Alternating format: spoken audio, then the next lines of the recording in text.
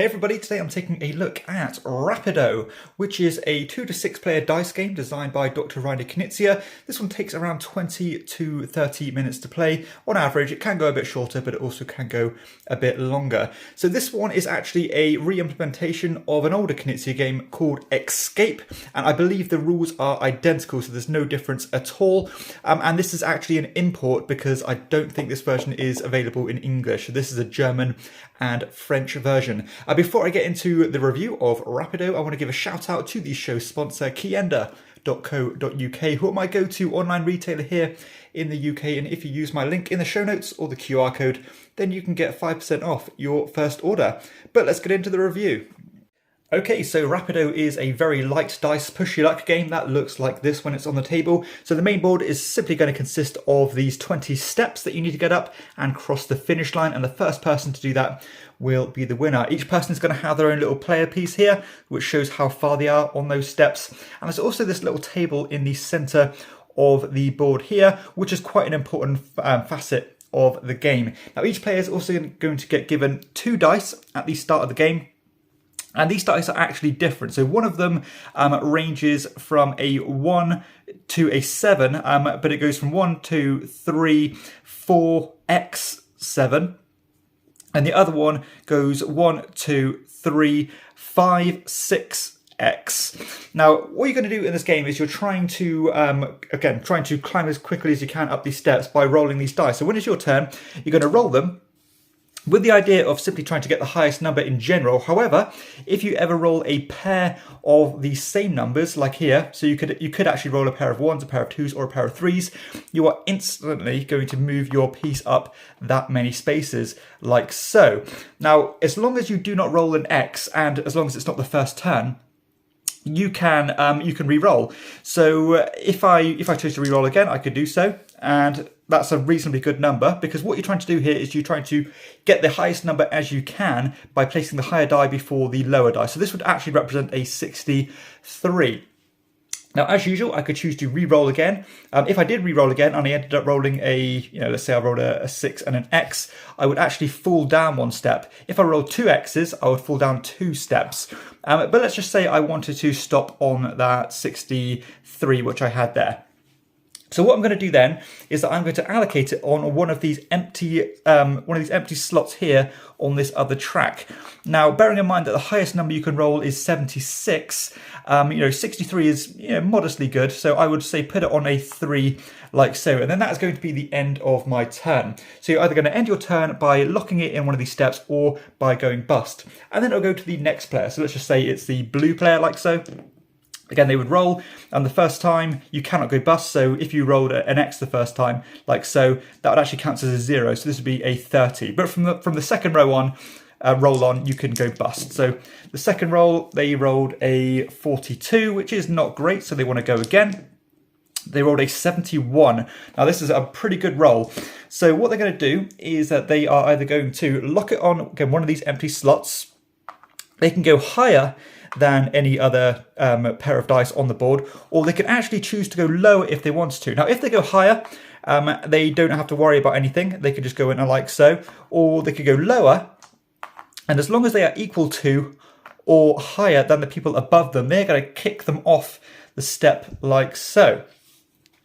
Now, why this is important is because if it ever gets back round to a player's turn and they are still remaining on this track here, then they are going to go up, or passively going to go up a number of steps equal to the step they're on. So the blue player would go up 2 steps if they remain there by the time it's their turn again. So you can see why you might want to go higher and try and push your luck and remain on that step, because if you do remain there, and if everybody else goes bust, for example, then you're going to go up a big chunk of steps that way. But let's complete the turn here, and the red takes their turn. That's not a good roll, is it? But the first one doesn't matter, so you can just re-roll. They've rolled a 54, which is, it's not great, it's not terrible. They roll again, and they've gone bust. So they are on the bottom step there, so they can't fall any further, but it's going to end their turn. Again, it'll go back to the yellow, but let's say go back to the blue, and they're still remaining on that step. They're going to go up 2 steps on the track like so, remove their dice from the track, and roll again as normal. And that's simply how the game is going to go. You're going to keep doing those actions until somebody has crossed the finish line, and that player will be declared the winner. Okay, so let's share some thoughts on Rapido. So you can see there, this is a very simple game, but I generally like simple push your luck games because they just resonate with me and they're just generally guaranteed fun. But the thing I like about Rapido is the fact that there are multi-levels of push your luck, because you can just keep rolling and trying to get those double numbers and just shoot up the track as you go, or you can try go for those high numbers and know when to stop and lock yourself on these steps. And you are bearing in mind what other players do as well, and that's probably the thing that differentiates Rapido from a lot of other games, because a lot of other push your luck games you are kind of everything's out of your control unless it's your turn. But in this one, if you had a runaway leader, let's say the yellow locked in this 63 here, and it's the blue turn, they don't want them to go any further because they're going to be nearly finished.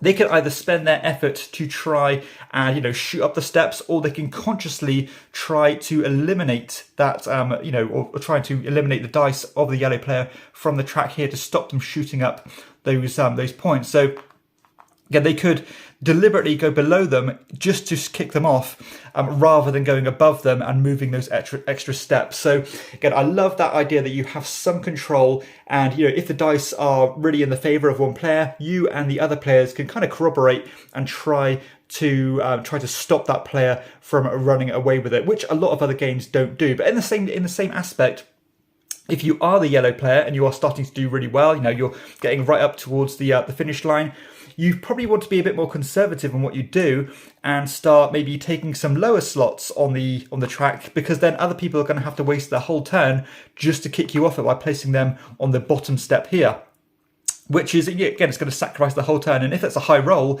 then of course it's going to be a bit, well, not a great use of their time and their turn. So yeah, I love that idea of, again, rolling the doubles, trying to go for the high numbers, always risking going bust or even double bust and falling down 2 steps, but at the same time trying to knock people off, or deciding, am I going to go higher than them and maybe leave it to another player to try and kick the runaway leader off, or vice versa. So yeah, lots of decisions here in such a simple game. Because of the dynamic nature of the game, the race aspect does shine through beautifully. You'll have some great back and forth, as if you are falling behind, people are likely going to leave you on the track and not worry too much about kicking you off, meaning that you can make up ground quite quickly. At the same time, you're trying to again stall those leaders. You can get those big bursts of movement by rolling the double threes. So there's this constant back and forth and this jockeying for position to be the first to cross that line, and it really does create a good excitement and good energy, and which is what you really want from a push your luck game. The game scales very well. The box does say it accommodates 2 to 6 players, but personally I'd play it at 3 to 6 players. Just 2 players, you're not going to have that magic of the race shine through as strongly. But yeah, 3 to 6 players, it caters very well. It's definitely a good Icebreaker style game where you can bring it out just to get the games night rolling, or as a good filler at the end of the night as well.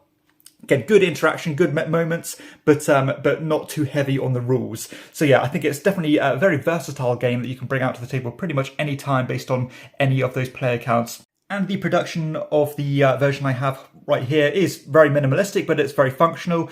It looks good. All the steps are nice and clear. They're good quality plastic dice with a bit of weight to them. And the big wooden cylinders are decent as well. So yeah, no issue at all with the production. And it's nice that it comes in a nice little box as well, so it's not going to take up too much of your shelf space.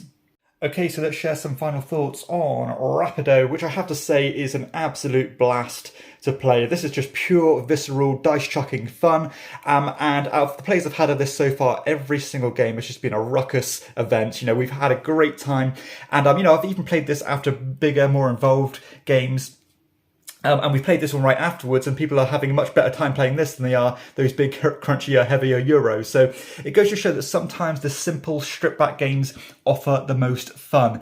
And, you're not going to get much better value out of the time you invest in a simple dice game than you are with Rapido. It feels classic, it's clean, it's just multifaceted, as in terms of rolling those doubles, trying to kick people off the steps. Which steps do you want to claim? Are you going to go low and hope that nobody invests the whole turn to kick you off because they're not going to get much in return for them? Or are you going to go for that real big pushy luck when you roll that 70 something, shove it on the top step and hope that it gets back round to you and you can move up that massive 5 steps. So well done there. There's some great interaction as people are gambling their whole turns to try and stop somebody.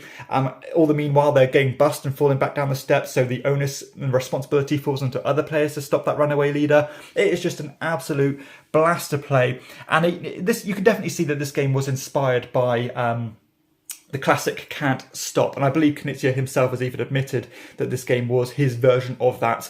But I think this game is better than Can't Stop, if I'm completely honest. Now, I'm a big fan of Can't Stop, but that one you are sitting back when it's not your turn. Again, everything is out of your control, and also the turns are a lot longer and more drawn out, so you do kind of get a bit disinterested and disengaged from the game a bit. Whereas this one, even if it's not your turn, you might have a vested interest on the table here, so that people can, hoping that people don't roll something to kick your piece off. So I love that extra decision. It's just a brilliant piece of design, and yeah, I'm absolutely enamored with it. It's such a great time, and this is one of the only games that I can introduce to anybody, really. For example, I taught this to my dad. My dad is not a gamer at all. He'll only play the lightest of the light, and he thought this game was fantastic. So what more can I say than that? If you want a simple dice chucker, this one is up there with the best of them. This might be my new favourite push your luck game. I think that highly of it. And yeah, I think everybody should own this game. I think it's fantastic. So that is Rapido by Reiner Knizia.